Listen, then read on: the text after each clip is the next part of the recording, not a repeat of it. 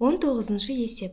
Егер 2009 санынан К санын 37 рет азайтсақ, соңында минус 26 шығады. К санын табыңыз. Яғни 2009-дан К санын 37 рет азайтамыз дегеніміз, ол 37 көбейтілген К-ны азайтамыз. Яғни К-ны 37 рет азайтсақ, немесе кез келген санды қанша рет азайтсақ, көбейтіп жазуға болады. Мысалы, 6-ны 2 рет азайтамыз, немесе 12-ні азайтамыз, немесе 6 көбейтілген 2-ні азайтамыз десек болады.